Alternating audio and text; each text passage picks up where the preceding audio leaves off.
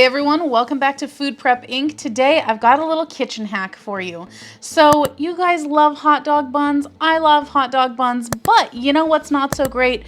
When the hot dog bun is very hard to open, it's very tough kind of bread, and it's like, how am I gonna get my hot dog in here? Look at this opening.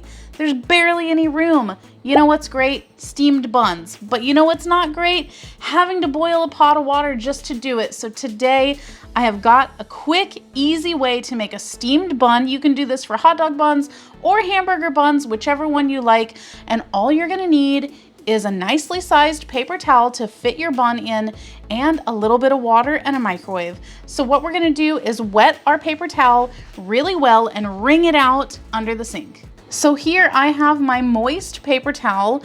Now this has some moisture left in it, but I wrung it out just enough so that there's no water really dripping off of it. The only water dripping is off of my hands. So what we're gonna do is just lay out our paper towel, place our hot dog in there, and just wrap it up like it's going to bed. And then we're gonna pop this bun into the microwave. And we're gonna cook this for 30 seconds. If you'd like to support this channel, the easiest way to do that is using our Amazon links the next time you shop there. All right, guys, it has been 30 seconds and we are gonna take this out. Now be careful, it is steaming hot. Literally, there is steam coming out of here. Now, as we unwrap this, it is very, very hot, so definitely be careful. But now we have got a steamed bun that opens up perfectly. Look at all that steam. This is so soft and fluffy.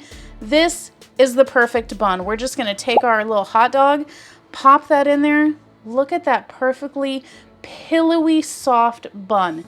And it was so easy to do. So if you like this hack and you'd like to see more of those, definitely click that subscribe button before you go, and we'll catch you next time. Bye.